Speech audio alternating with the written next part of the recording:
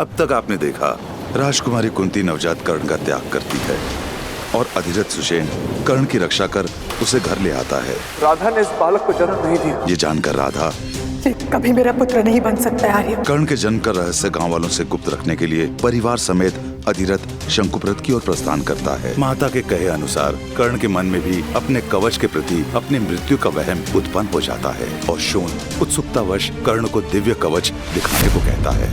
संभवतः पर्वत से गिरने पर प्रकट हो। और उधर यदि तुम्हारे पुत्र ने शक्तिमान बनने का प्रयास भी किया तो परिणाम बहुत गंभीर होगा। अब आगे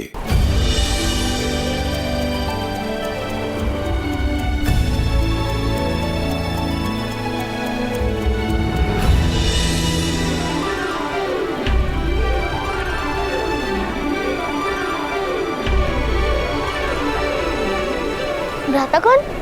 आप मत्स्य को लक्ष्य बना रहे हैं? मत्स्य को नहीं, मत्स्य के मत जो पत्थर है उसको।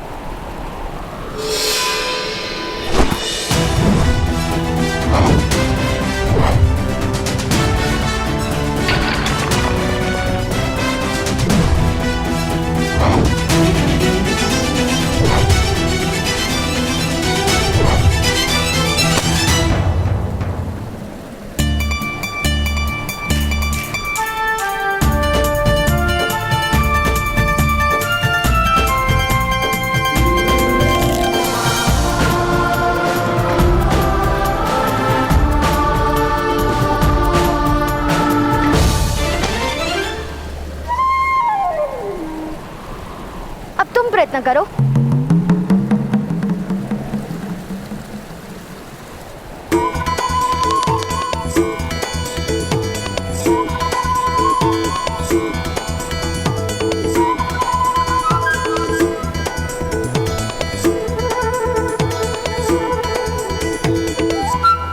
इस प्रकार धनुष उठाओ, इस प्रकार प्रत्यंचा खींचो, अपने नेत्र केवल लक्ष्य पर रखो और पवन की दिशा देखो। संधान करते समय मस्तक थोड़ा सा नीचे और हाथ ऊपर होने चाहिए। ना मस्तक मेरी आज्ञा मान रहा है, ना हाथ और ना ये धनुष। मुझे लगता है मेरे कारण आपको माता का प्रेम कभी प्राप्त नहीं होगा। प्रयत्न करते रहो शोण, उस प्रयत्न से क्या लाभ होगा उसकी चिंता छोड़ दो। जाओ शोण, अब तुम फिर से प्रयत्न करो।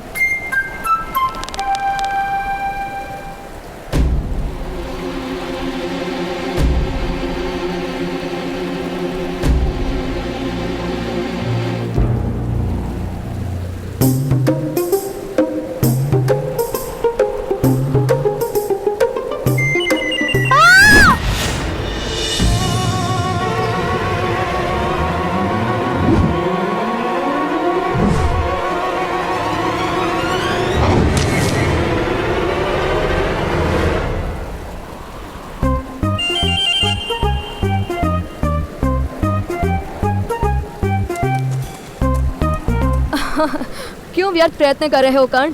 मेरे पिता कहते हैं कि धनुर्विद्या सूतों का कार्य नहीं है। किंतु मेरे ताऊ कहते हैं विद्या उनकी होती है जो ग्रहण कर ले, और यदि विद्या ही क्षत्रिय होने का प्रमाण है तो शोण भी धनुर्धारी बन जाएगा।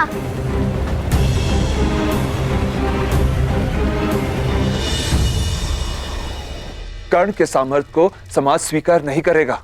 सामर्थ्य कभी स्वीकार की याचना नहीं करता, नए समाज की रचना करता है। प्रार्थना नहीं, परिवर्तन करता है।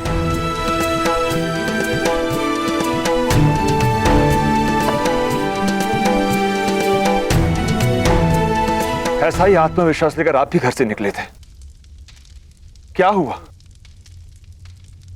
ना संसार बसा पाए और ना परिवर्तन ला पाए।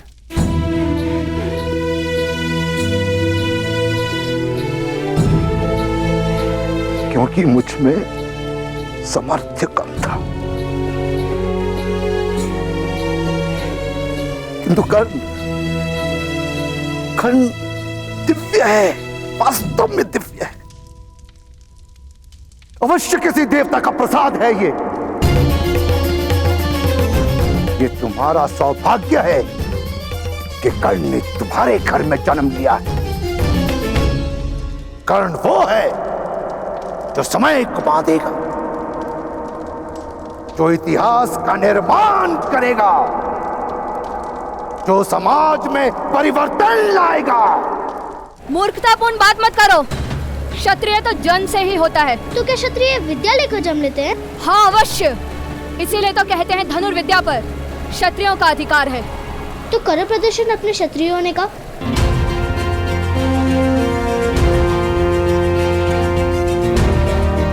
उस पेड़ से फल लाकर दिखाओ। मत्स्य के मत से तुम्हें अपने बाण का मार्ग बनाना पड़ेगा।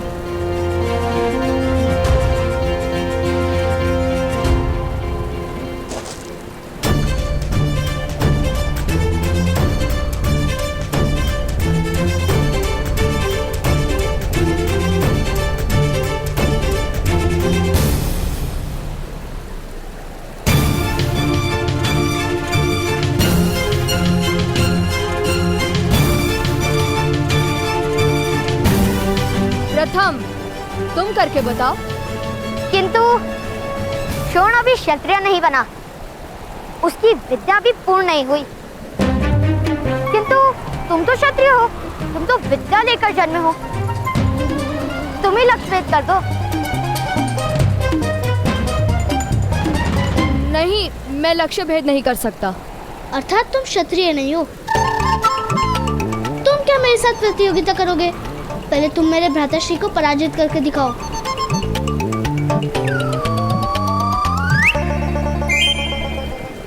और जब तक तुम भ्राताश्री को पराजित नहीं करोगे, तब तक हम तुम्हें क्षत्रिय नहीं मानेंगे।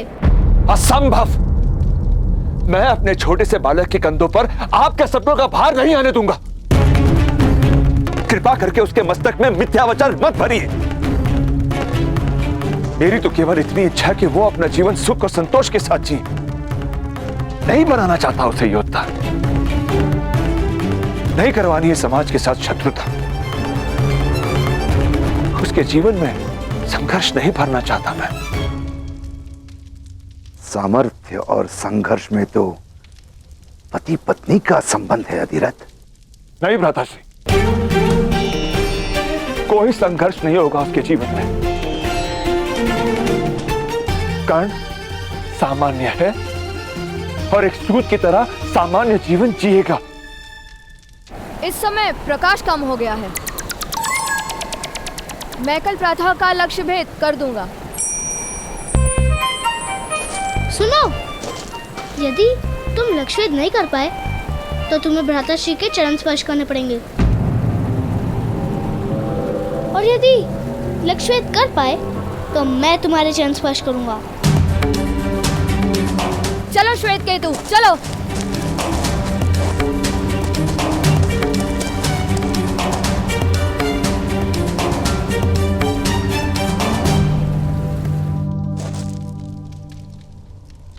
एक सूत के हाथ में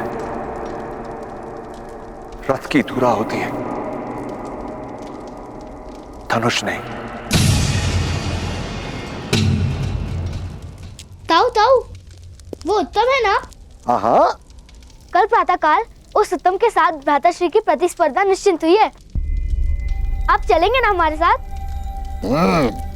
भ्राताश्री और उत्तम धनुष से लक्ष्य भेद करेंगे, और जब उत्तम पराजित हो जाएगा तब वो भ्राताश्री के चरण स्पर्श करेगा। अरे वाह! ये क्या प्रलाप कर रहे हो तुम?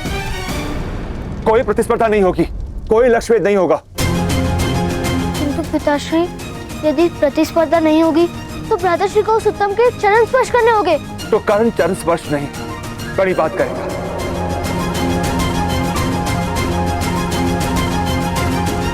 किंतु तुम दोनों मेरा आदेश नहीं टालोगे। कल प्रातःकाल कर्ण धनुष को हाथ नहीं लगाएगा।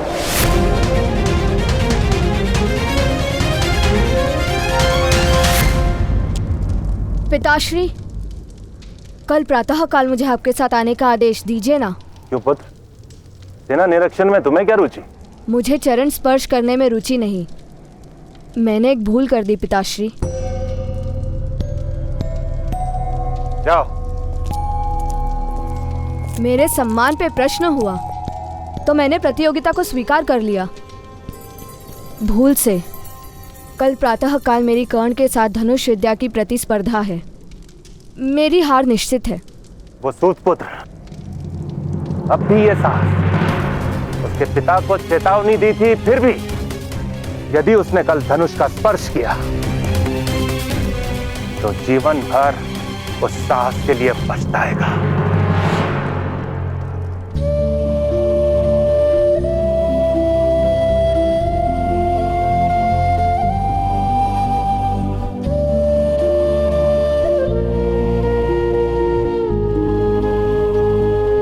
तो कर्ण चरण स्पर्श नहीं, कड़ी बात करें। कल प्रातःकाल कर्ण धनुष को हाथ नहीं लगाएगा।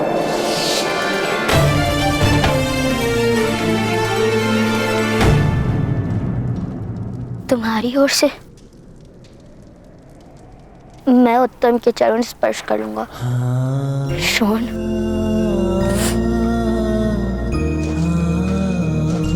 भ्राताश्री, आप उस उत्तम के चरण नहीं स्पर्श करेंगे।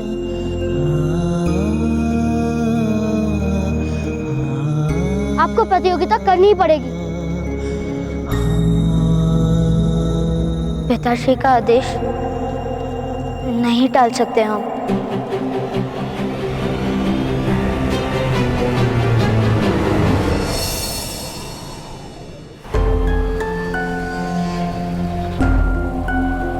वो सूतपुत्र नहीं आएंगे। क्षत्रियों से प्रतियोगिता करने का साहस सूतपुत्र में नहीं होता पुत्र, और चरण स्पर्श करने की संभावना से वो कर्ण भयभीत हो गया होगा। चरण स्पर्श करवाने के लिए हम उनके घर चले पिताश्री? नहीं पुत्र, अब तो गांव के बीच वो कर्ण तुम्हारे चरण स्पर्श करेगा। चलो।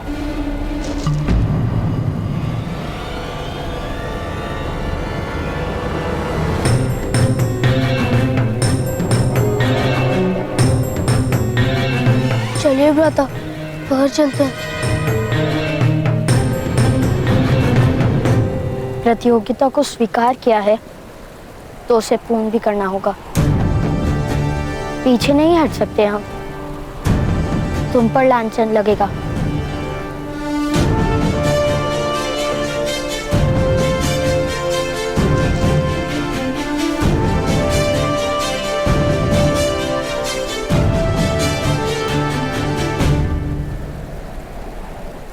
प्रतियोगिता करोगे कैसे सूतपुत्र?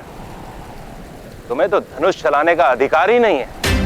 उचित कह रहे हैं आप। पिताश्री ने हमें धनुष चलाने की अनुमति नहीं दी। अंत में तुम्हारे पिता को सत्य के दर्शन हो ही गए। आओ शोण, मेरे चरण तुम्हारी प्रतीक्षा कर रहे हैं।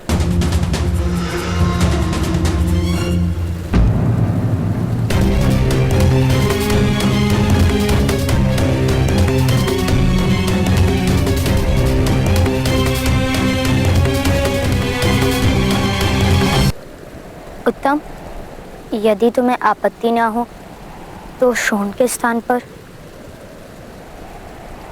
क्या मैं तुम्हारे चरण स्पर्श कर सकता हूँ? नहीं भ्राताश्री, आप उत्तम के चरण स्पर्श नहीं कर सकते। मैं ही उत्तम के चरण स्पर्श करूंगा। अरे दोनों ही कर लो। भूतों को चरण स्पर्श करने में लज्जा किस बात की?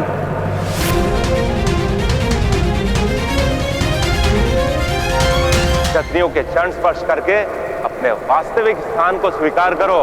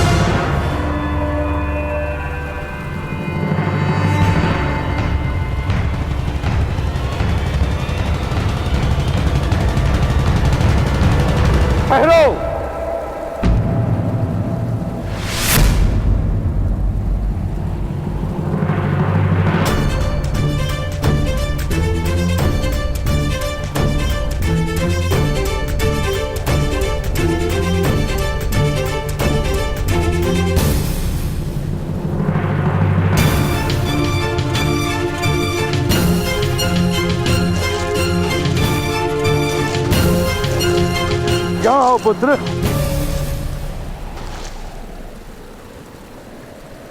मध्यम महोदय, जब सूतों को धनुष स्पर्श करने का अधिकार ही नहीं, तो प्रतियोगिता का आवाहन ही मिथ्या था।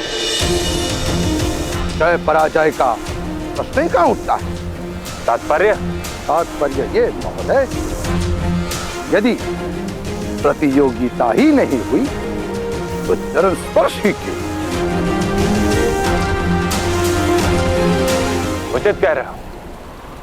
चरण स्पर्श करने की कोई आवश्यकता नहीं।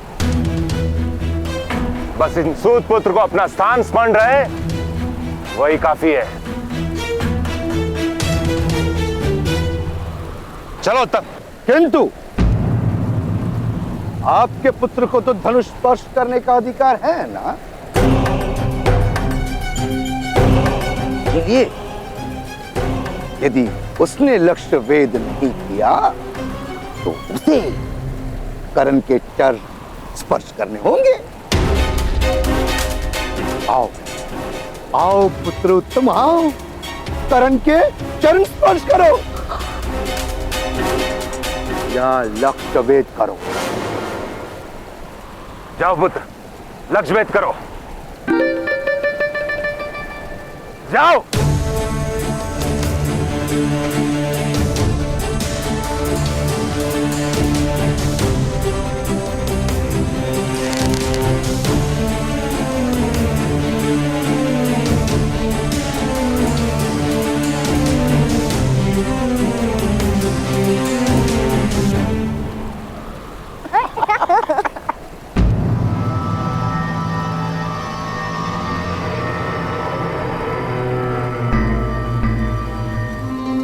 मध्यम महोदय, दीजिए कर्ण को अनुमति।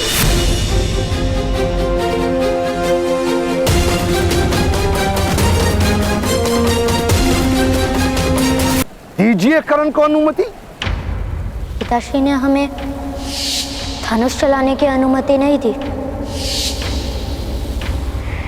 अनुमति दी। आओ कर्ण, धनुष स्पर्श करो। जाओ पुत्र कर्ण, अपने सामर्थ्य का ज्ञान दे दो मध्यम महोदय को। नहीं तो पिताश्री ने धनुष स्पर्श करने की अनुमति नहीं दी।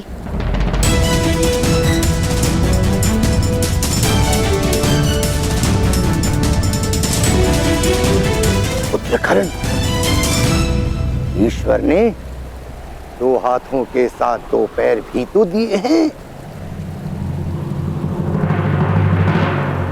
तुम्हारे पिताश्री ने तो केवल हाथों से धनुष ना स्पर्श करने का आदेश क्या है?